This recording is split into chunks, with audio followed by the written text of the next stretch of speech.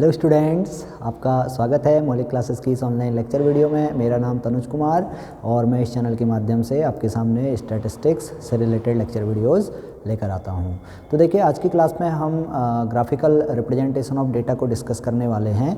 तो graphical representation of data में किस तरह के ग्राफ्स हम यहाँ पे बनाएंगे और कब हम ग्राफिकल रिप्रेजेंटेशन करते हैं डेटा का, वो हम इस क्लास में डिस्कस करने वाले हैं। तो आप लेक्चर वीडियो को पूरा देखिएगा, इसमें हम सभी ग्राफ्स को डिस्कस करेंगे।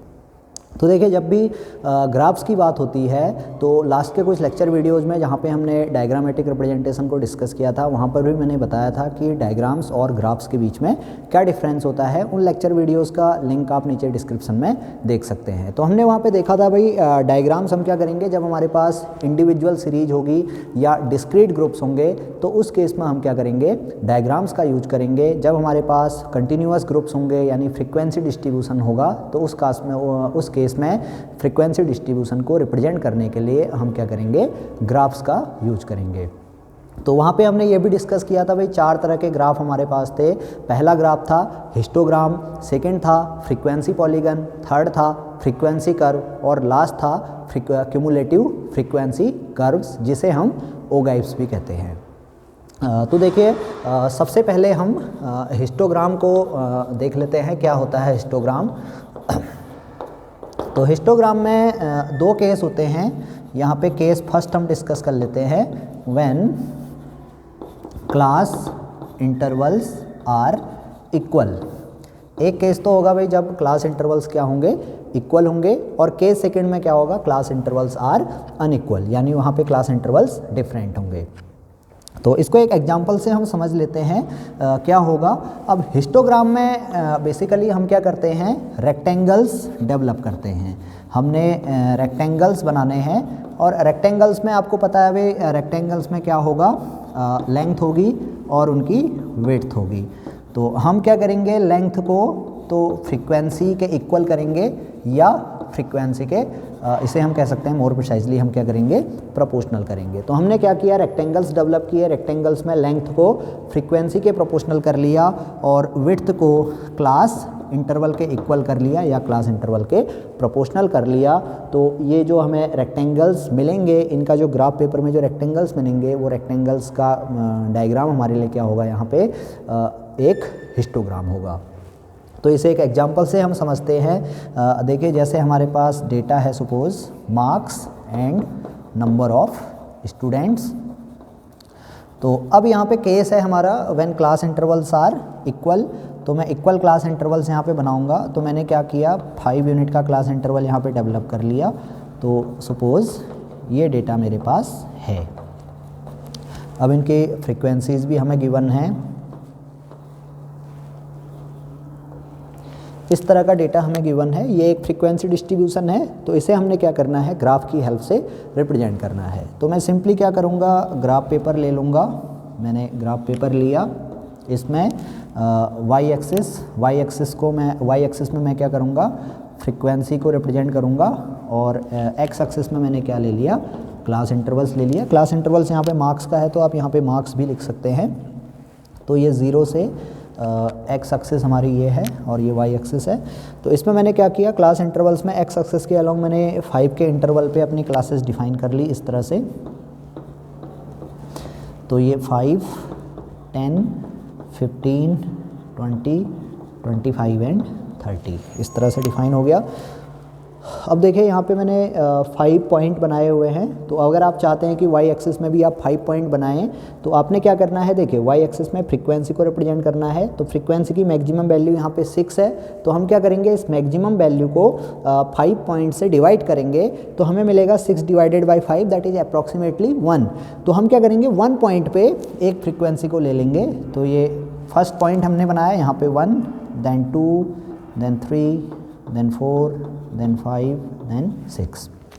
तो इस तरह से हमने अपना स्केल डिफाइन कर लिया। यहाँ पे हम लिख सकते हैं भाई along X axis 1 centimetre equal to 5 marks and along Y axis 1 centimetre equal to 1 student. तो इस तरह से हम अपना ग्राफ प्रिपेयर कर लेते हैं। अब हमने क्या करना है, देखिए लेंथ को फ्रीक्वेंसी के प्रोपोर्शनल करना है, विड्थ को क्लास इंटरवल के इक्वल करना है। जो भी हम रेक्टेंगल यहाँ पे बनाएंगे, तो पहला रेक्टेंगल मैं बनाऊंगा तो पहले रेक्टेंगल की विड्थ क्या होगी, इस क्लास इंटरवल के इक्वल होगी। तो ये विड्थ पहला रेक्टेंगल ये बना, इसकी विड्थ 0 to 5 हमने बना ली। और इसका जो रेक्टेंगल की जो लेंथ होगी, लेंथ हमारी फ्रीक्वेंसी के प्रोपोर्शनल होगी। तो इस क्लास की फ्रीक्वेंसी है 3, तो ये हमारा यहाँ पे 3 है। तो मैं क्या करूँगा, ये लेंथ इस तरह से इसकी डेवलप कर दूँगा, तो ये पहला रेक्टेंगल मुझे मिल जाएगा। इसी तरह से सेकंड रेक्टेंगल, अब देखिए सेकंड रेक्टेंगल की विड्थ क्या है, जस्ट 5 से शुरू हो रही है और 5 के लिए ये लेंथ अब क्या हो जाएगी, नेक्स्ट रेक्टेंगल के लिए कॉमन हो जाएगी। और फ्रीक्वेंसी कितनी है, 4 है। तो हम क्या करेंगे भाई, इसी लेंथ को 4 तक डेवलप कर लेंगे और ये हम इस तरह से इसकी लेंथ और विड्थ को डिफाइन कर लिया। तो ये हमें नेक्स्ट रेक्टेंगल मिल गया। तो आप देख रहे हैं भाई, जो रेक्टेंगल यहाँ पे बन रहे हैं वो एडजेसेंट रेक्टेंगल बन रहे हैं। तो इसी तरह से हम बाकी रेक्टेंगल्स बनाएंगे। देखिए 10 to 15 में ये विड्थ हमारे पास है, तो इस केस में इसकी फ्रीक्वेंसी 6 है, तो ये 6 तक इसे हम डेवलप कर लेंगे।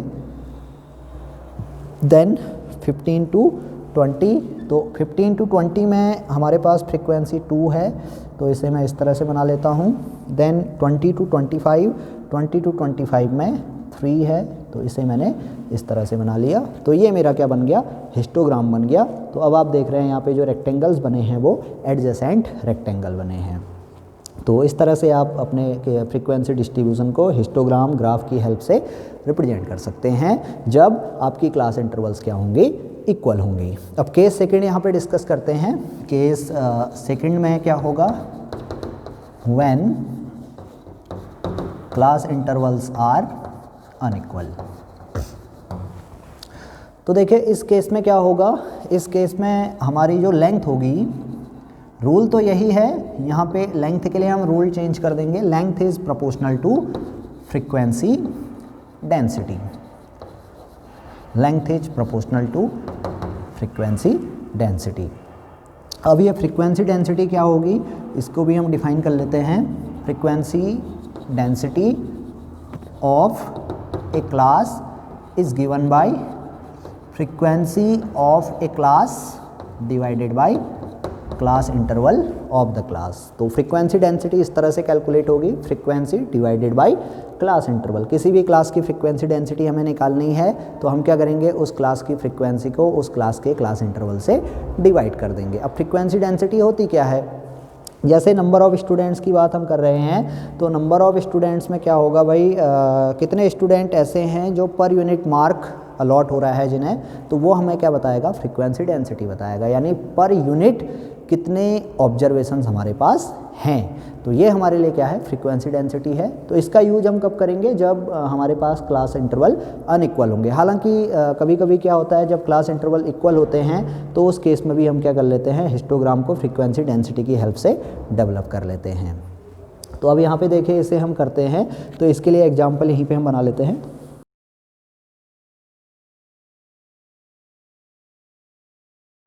तो देखिए सपोज़ इस तरह का डेटा हमें गिवन है, तो यहाँ पे हम देख रहे हैं भाई क्लास इंटरवल क्या है हमारे लिए, अनइक्वल हैं। यहाँ पे क्लास इंटरवल 2 यूनिट का है, यहाँ पे 6 यूनिट का है, यहाँ 2 यूनिट का है, यहाँ 3 यूनिट का है। तो हर क्लास में क्लास इंटरवल अनइक्वल है। तो इस केस में हम क्या करेंगे, ये हमारी फ्रीक्वेंसी है, तो हम यहाँ पर फ्रीक्वेंसी डेंसिटी कैलकुलेट कर लेंगे। हर क्लास के लिए फ्रीक्वेंसी डेंसिटी कैलकुलेट करेंगे। अब देखिए फर्स्ट क्लास की फ्रीक्वेंसी डेंसिटी कितनी होगी, तो इस क्लास की फ्रीक्वेंसी ये है 8। इस फ्रीक्वेंसी को क्लास इंटरवल से हम डिवाइड करेंगे। तो क्लास इंटरवल है यहाँ पे 4 - 2। क्लास इंटरवल होता है upper class limit minus lower class limit. तो ये 4 - 2 दैट इज़ 2। तो 8 डिवाइडेड बाय 2। तो ये फ्रीक्वेंसी डेंसिटी फर्स्ट क्लास की हमारे पास आ गई 4। इसी तरह से सेकंड क्लास की फ्रीक्वेंसी डेंसिटी हम कैलकुलेट करेंगे, तो ये होगा frequency of class divided by class interval. तो क्लास इंटरवल क्या होगा इस केस में, 10 - 4 दैट इज़ 6। तो इसकी फ्रीक्वेंसी डेंसिटी भी कितनी आ गई, 4 आ गई। सिमिलरली नेक्स्ट क्लास की frequency density 4 divided by class interval is 12 minus 10 that is 2। तो इस केस में फ्रीक्वेंसी डेंसिटी कितनी आई, 2 आई। देन नेक्स्ट क्लास की frequency density 12 divided by class interval is 15 minus 12 that is 3, तो ये आ गया 4। तो हमने क्या किया यहाँ पे, इस तरह से फ्रीक्वेंसी डेंसिटी कैलकुलेट कर ली। तो अब सिंपली हम क्या करेंगे भाई, जो भी हिस्टोग्राम यहाँ पर बनाएंगे, हिस्टोग्राम में हमने ये एक्स एक्सिस ले ली और यहाँ पे वाई एक्सिस ले ली। तो एक्स एक्सिस में तो मैं देखिए क्लास इंटरवल्स ले लूँगा। अब यहाँ पे देखिए क्लास इंटरवल अनइक्वल हैं, तो एक पर्टिकुलर स्केल में यहाँ पे फॉलो कर लेता हूँ। सपोज़ मैंने फॉलो कर लिया 2 to 4 वाला, तो ये 0 to 2, then 4, then 6, then 8, then 10, then 12, then 14, और इसी तरह से मैंने यहाँ पे ले लिया सपोज़ 16। तो इस तरह से मैंने अपना एक्स एक्सिस को डिफ़ाइन कर लिया। इसी तरह से वाई एक्सिस को मैं डिफ़ाइन करता हूँ, तो ये 1, 2, 3 एंड 4, इस तरह से मैंने वाई एक्सिस को डिफ़ाइन कर लिया। तो यहाँ पे अब जो फ्रीक्वेंसी डेंसिटी है वो एक्चुअल में क्या है, वो है number of student per unit mark. यहाँ पे जो फ्रीक्वेंसी डेंसिटी यानी जो कॉलम हमने कैलकुलेट किया है 4, ये 4 रिप्रेजेंट करता है 4 is the number of students per unit mark, यानी एक मार्क में कितने स्टूडेंट हैं, 4 स्टूडेंट हैं। तो ये तो फ्रीक्वेंसी डेंसिटी का मीनिंग हो गया। अब मैं क्या करता हूँ, यहाँ पर फ्रीक्वेंसी डेंसिटी को यूज करूँगा, यानी लेंथ को मुझे क्या करना है, फ्रीक्वेंसी डेंसिटी के प्रोपोर्शनल करना है। तो इस तरह से मैंने वाई एक्सिस में फ्रीक्वेंसी डेंसिटी ले ली और एक्स एक्सिस में मार्क्स ले लिए। तो अब मैं यहाँ पे देखिए रेक्टेंगल्स डेवलप करूँगा। फर्स्ट क्लास का इंटरवल 2 to 4 है, तो ये कहाँ से शुरू होगा, 2 to 4 से शुरू होगा। तो अब अगर ये 2 to 4 से शुरू हो रहा है, तो यहाँ पे अगर आपको इसे रिप्रेजेंट करना है तो आप इस तरह से भी इसे रिप्रेजेंट करते हैं। ये एक तरीका होता है कि भाई हमारी जो वैल्यूज़ हैं वो 0 से नहीं शुरू हो रही हैं, वो कहाँ से शुरू हो रही हैं, 2 से शुरू हो रही हैं। तो ये बीच में हमने इस तरह से गैप को रिप्रेजेंट कर लिया। तो फर्स्ट क्लास हमारी 2 to 4 है, तो जो पहला रेक्टेंगल बनेगा, पहली रेक्टेंगल के विड्थ क्या होगी, 2 to 4 होगी, और उसकी लेंथ कितनी हो जाएगी। फिर लेंथ, अब देखिए जब इक्वल क्लासेस थी तो वहाँ पे लेंथ को हम फ्रीक्वेंसी के इक्वल ले रहे थे। यहाँ पे अनइक्वल क्लास इंटरवल्स हैं, तो हम क्या करेंगे, लेंथ को फ्रीक्वेंसी डेंसिटी के इक्वल लेंगे। तो इस केस में फ्रीक्वेंसी डेंसिटी कितनी है, 4 है, तो ये लेंथ कहाँ तक आएगी, इस रेक्टेंगल की 4 तक आ जाएगी। तो ये हमारे पास क्या मिलेगा, पहला रेक्टेंगल मिलेगा इस तरह से। तो ये हमें पहला रेक्टेंगल मिल गया, ये पहली क्लास को डिफाइन करेगा। इसके बाद नेक्स्ट है 4 to 10। तो अब 4 to 10 होगा, तो यहाँ पे 4 है, तो यहाँ से लेके 10 तक ये हम बनाएंगे सेकेंड रेक्टेंगल। इसकी विड्थ कितनी होगी, 4 to 10 होगी, और इसका क्लास इंटरवल कितना होगा, इसका फ्रीक्वेंसी डेंसिटी कितनी है, 4 है, तो इसकी लेंथ कितनी होगी, 4 होगी। तो यहीं से ये आगे तक इस तरह से डेवलप हो जाएगा। तो ये हमारा क्या हुआ, दूसरा ग्राफ इस तरह से बन गया। अब देखिए ये लेंथ क्या है, दोनों में कॉमन होगी, क्योंकि यहाँ पे हम देख रहे हैं भाई अपर क्लास लिमिट और लोअर क्लास लिमिट दोनों क्या है, कॉमन है। तो इस तरह से हमारा सेकंड क्लास इंटरवल, हमने सेकंड क्लास इंटरवल को रिप्रेजेंट कर लिया। अब थर्ड क्लास इंटरवल में क्या है, 10 to 12 है, तो ये 10 तक हम बना लिए थे, 10 to 12 ये इसकी विड्थ हो जाएगी।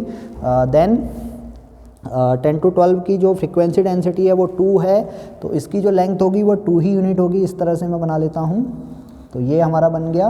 देन 12 to 15 की फ्रीक्वेंसी डेंसिटी कितनी है, 4 है, तो यहाँ पे कहीं 15 होगा, 14 और 16 के बीच में कहीं 15 होगा, तो यहाँ तक इसकी विड्थ जाएगी और इसकी लेंथ कहाँ तक जाएगी, 4 तक जाएगी। तो इस तरह से हम इसे बना लेंगे। तो आप ध्यान रखोगे जब भी आप ये रेक्टेंगल्स बनाओगे, इन रेक्टेंगल्स के बीच में गैप नहीं होना चाहिए। ये रेक्टेंगल्स क्या होंगे, एडजेसेंट रेक्टेंगल्स होंगे।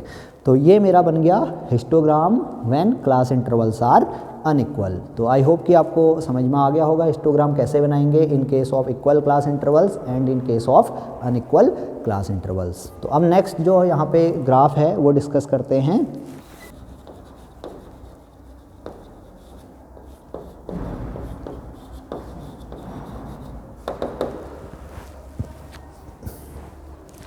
अब जो नेक्स्ट ग्राफ है वो है हमारा फ्रीक्वेंसी पॉलीगन। तो देखिए फ्रीक्वेंसी पॉलीगन क्या होता है, फ्रीक्वेंसी पॉलीगन को हम हिस्टोग्राम की हेल्प से भी बना सकते हैं और without the help of histogram भी इसे हम बना सकते हैं। तो देखिए ये हमारा इस तरह से सपोज हमने क्या किया है, एक हिस्टोग्राम बनाया है। मैं यहाँ पे किसी तरह का सिंपल सा हिस्टोग्राम बना लेता हूँ।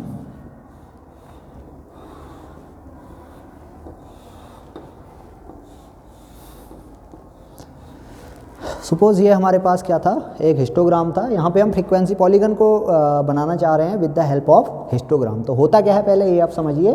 तो हमने हिस्टोग्राम बनाया, हिस्टोग्राम में हमारे पास रेक्टेंगल्स हैं। तो सबसे पहले मैं क्या करूँगा, इन रेक्टेंगल्स की पीक का मिड पॉइंट निकालूंगा। ये पहला रेक्टेंगल है, इसकी पीक कितनी है, इसका मिड पॉइंट मैंने निकाल लिया। फिर सेकेंड रेक्टेंगल की पीक का मिड पॉइंट मैंने यहाँ पर नोट कर लिया। देन इस तरह से, तो ये पीक का मिड पॉइंट मैंने इस तरह से यहाँ पे आइडेंटिफाई कर लिया। अब देखिए इन पॉइंट्स को मैं क्या करूँ, स्ट्रेट लाइन से कनेक्ट कर दूँ। इस तरह से मैंने स्ट्रेट लाइन से इन पॉइंट को कनेक्ट कर दिया। तो ये ग्राफ मेरा क्या हो जाएगा, फ्रीक्वेंसी पॉलीगन हो जाएगा। तो आई होप कि आपको समझ में आ गया होगा फ्रीक्वेंसी पॉलीगन क्या है। तो फ्रीक्वेंसी पॉलीगन अगर आपको बनाना है तो आप क्या करोगे, पहले हिस्टोग्राम बना सकते हो। फिर हिस्टोग्राम में जो भी पीक आपकी मिलेंगी, रेक्टेंगल्स की पीक का मिड पॉइंट आप निकालोगे, उन मिड पॉइंट को स्ट्रेट लाइन से कनेक्ट कर दोगे। तो ये ग्राफ हमारा क्या हो जाएगा, फ्रीक्वेंसी पॉलीगन हो जाएगा। इसी तरह से अगर आपको क्या करना है, frequency polygon without help of histogram बनाना है तो वो भी आप बना सकते हो। तो वो कैसे बनाएंगे, उसके लिए एक एग्जांपल हम यहाँ पे देख लेते हैं। देखिए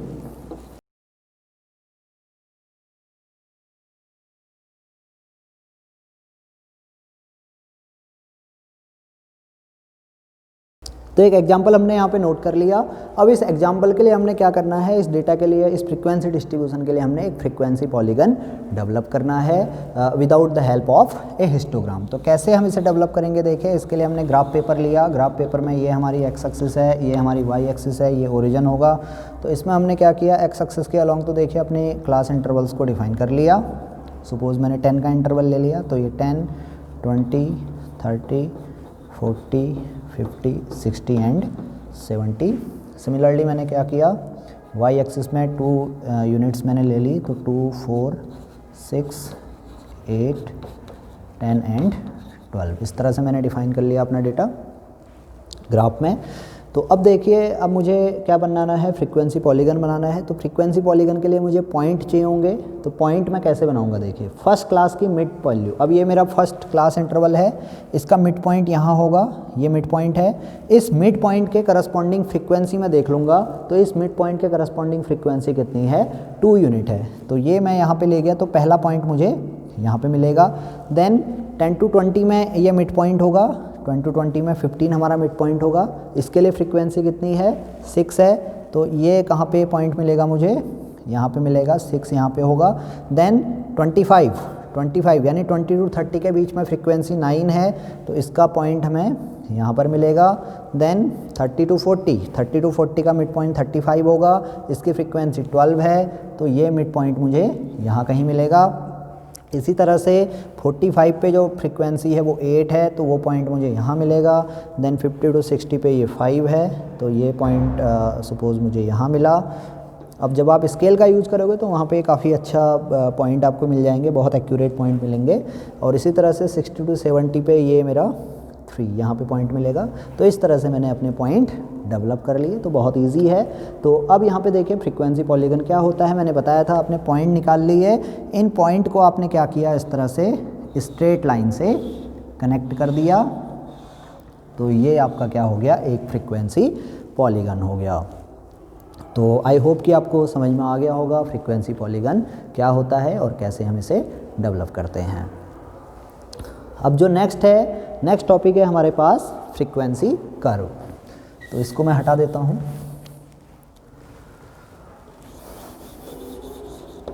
तो नेक्स्ट टॉपिक है फ्रीक्वेंसी कर्व, यानी नेक्स्ट ग्राफ हमारा होगा फ्रीक्वेंसी कर्व। तो फ्रीक्वेंसी कर्व क्या होता है, देखिए फ्रीक्वेंसी कर्व भी फ्रीक्वेंसी पॉलीगन की तरह ही है, लेकिन यहाँ पे बेसिक डिफरेंस है। बेसिक डिफरेंस क्या है, यहाँ पर हम पॉइंट को स्ट्रेट लाइन से कनेक्ट कर रहे थे, फ्रीक्वेंसी कर्व में स्ट्रेट लाइन से कनेक्ट नहीं करेंगे, इन पॉइंट्स को क्या करेंगे, फ्री हैंड से कनेक्ट करेंगे और इस तरह से कनेक्ट करेंगे कि ये जो एंगल हमें मिल रहे हैं ये एंगल सारे क्या हो जाएं, रिमूव हो जाएं, कोई भी एंगल ना हो। तो वो हमारा ग्राफ क्या होगा, एक फ्रीक्वेंसी कर्व होगा। क्या कहा मैंने ये बताया भाई, ये पॉइंट हमने निकाले हैं, अगर इन पॉइंट्स को हम क्या करें, फ्री हैंड से कनेक्ट करें और इस तरह से कनेक्ट करें कि कोई भी एंगल हमें ना मिले, तो वो ग्राफ हमारा क्या हो जाएगा, फ्रीक्वेंसी कर्व हो जाएगा। तो इसी एग्जांपल से उसे समझ लेते हैं।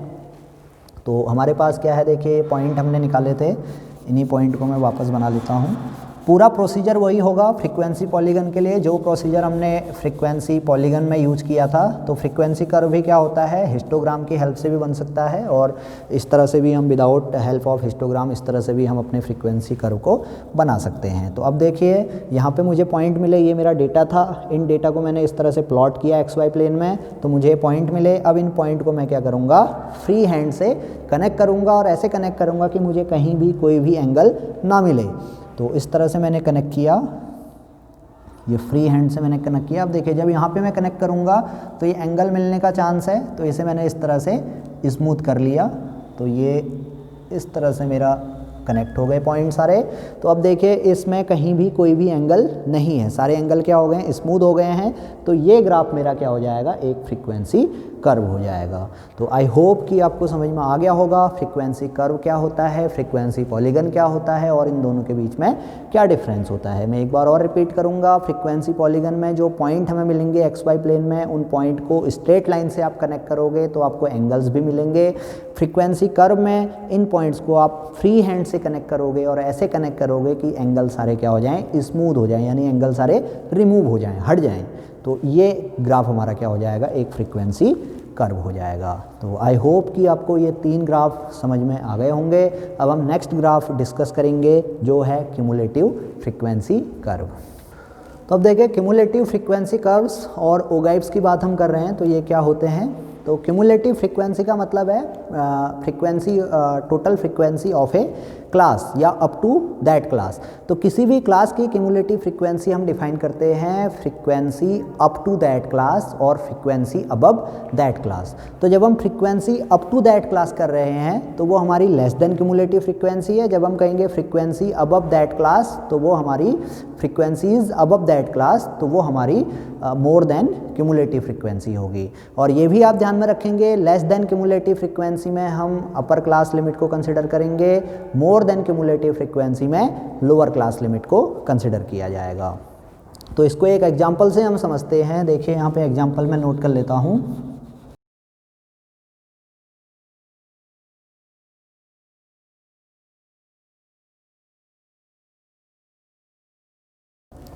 तो ये एक डेटा मेरे पास है, ये फ्रीक्वेंसी डिस्ट्रीब्यूशन मुझे गिवन है।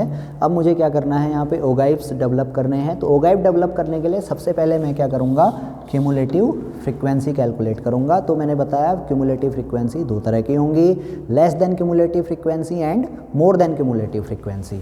तो देखिए लेस देन क्यूमुलेटिव फ्रीक्वेंसी क्या होगी, यहाँ पे नोट कर लेते हैं, less than cumulative frequency, and next column में निकाल लेते हैं more than cumulative frequency. Cumulative frequency को शॉर्ट में CF कहा जाएगा। तो देखिए लेस देन क्यूमुलेटिव फ्रीक्वेंसी को हमने डिफाइन किया था, किसी भी क्लास की लेस देन क्यूमुलेटिव फ्रीक्वेंसी उस क्लास तक की फ्रीक्वेंसीज होंगी। तो इस क्लास तक की फ्रीक्वेंसीज कितनी हैं, 3 हैं। इसी तरह से इस क्लास की लेस देन क्यूमुलेटिव फ्रीक्वेंसी क्या होगी, इस क्लास तक की फ्रीक्वेंसीज। तो इस क्लास तक की फ्रीक्वेंसीज कितनी होंगी, 4 प्लस इससे पीछे वाली क्लासेस की फ्रीक्वेंसीज का सम, that is 4 + 3 that is 7।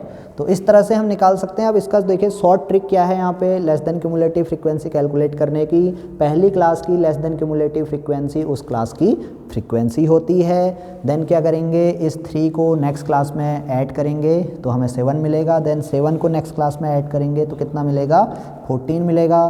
Then 14 में 6 ऐड करेंगे तो ये 20।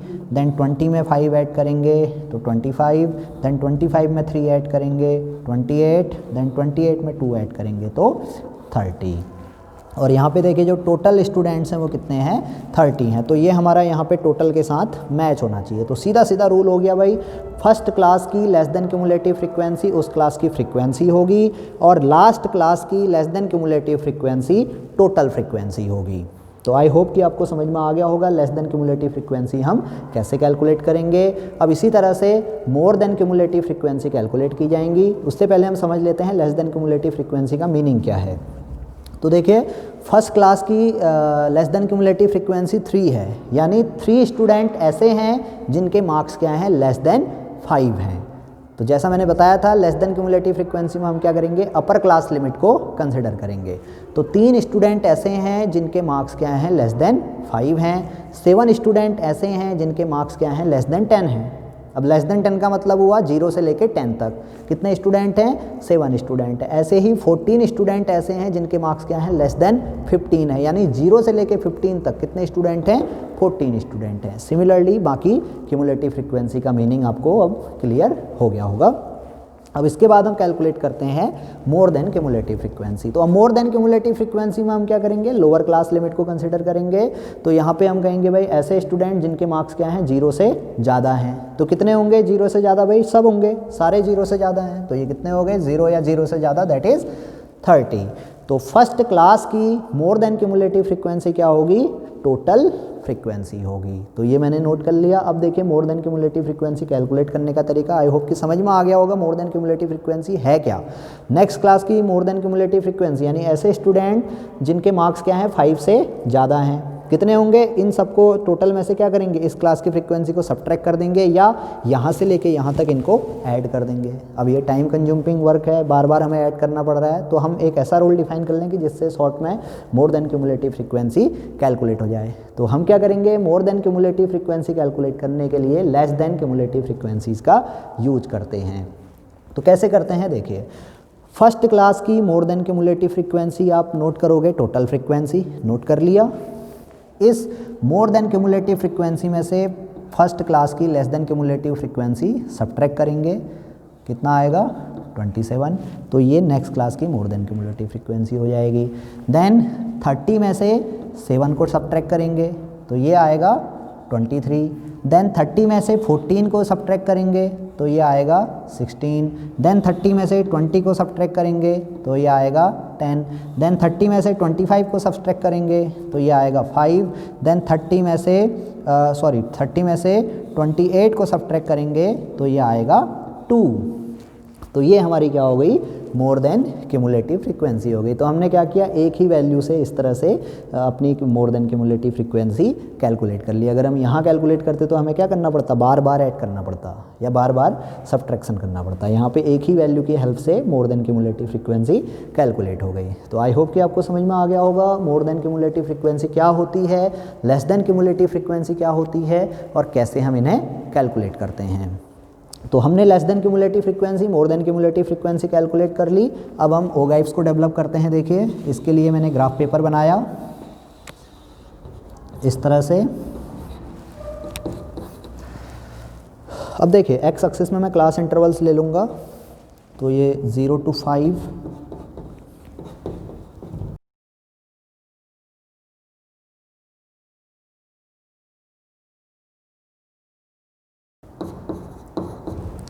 तो इस तरह से मैंने ग्राफ पेपर यहाँ पे डेवलप किया।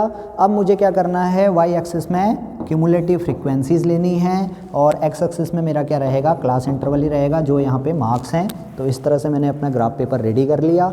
अब इसमें देखिए कैसे मैं बनाऊँगा। तो जब पहले मैं क्या करता हूँ, less than cumulative frequency curve develop करता हूँ। आपको पता है less than cumulative frequency curve के लिए मुझे क्या करना है, अपर क्लास लिमिट को कंसिडर करना है और मोर देन क्यूमुलेटिव फ्रीक्वेंसी के लिए लोअर क्लास लिमिट को कंसिडर करना है। तो पहली अपर क्लास लिमिट कितनी है, 5 है। इसकी लेस देन क्यूमुलेटिव फ्रीक्वेंसी कितनी है, 3 है। तो 5 वर्सेस 3 हम प्लॉट करेंगे। तो 5 वर्सेस 3 यहाँ कहीं होगा। तो ये पहला पॉइंट मुझे इस तरह से मिला। तो पहला पॉइंट मैंने बना लिया। कर्व की बात हो रही है ना, जैसे हमने कर्व में पॉइंट निकाले थे उसी तरह से पॉइंट यहाँ पे निकालने हैं। बस डिफरेंस ये है, वहाँ पे हमने क्लास इंटरवल्स की मिड पॉइंट वर्सेस फ्रीक्वेंसी के बीच में पॉइंट निकाले थे। यहाँ पे हम क्लास इंटरवल्स की upper class limit, lower class limit और उनकी करस्पॉन्डिंग क्यूमुलेटिव फ्रीक्वेंसी के बीच में पॉइंट डेवलप कर रहे हैं। तो पहली अपर क्लास लिमिट 5, इसकी लेस देन क्यूमुलेटिव फ्रीक्वेंसी 3। तो आप क्या करेंगे, देखिए जब अपर क्लास लिमिट कंसिडर करेंगे तो less than cumulative frequency consider होगी, जब लोअर क्लास लिमिट कंसिडर करेंगे तो more than cumulative frequency consider होगी। तो अब देखिए 10 पे 7, तो 10 वर्सेस 7 यहाँ पे पॉइंट मिलेगा। देन 15 15 वर्सेस 14, तो 15 वर्सेस 14 ये होगा, ये पॉइंट होगा। देन 20 वर्सेस 20 वर्सेस 20 यहाँ कहीं होगा पॉइंट। इसी तरह से 25 वर्सेस 25, यहाँ पे अभी क्या हो रहा है, अपर क्लास लिमिट और क्यूमुलेटिव फ्रीक्वेंसी इक्वल आ रही है, हमेशा ऐसा नहीं होगा, अलग अलग आएगा। 30 वर्सेस 28, देखिए नेक्स्ट में चेंज हो गया, 30 वर्सेस 28 इस तरह से मिला। देन 35 वर्सेस 30, तो 35 वर्सेस 30, तो ये मैंने पॉइंट इस तरह से बना लिए। तो ये मेरे पास पॉइंट मिल गए। इन पॉइंट का देखिए कर्व की बात हो रही है, तो कर्व को मैं फ्री हैंड से कनेक्ट करूँगा, तो ये मैंने फ्री हैंड से इस तरह से कनेक्ट कर लिया।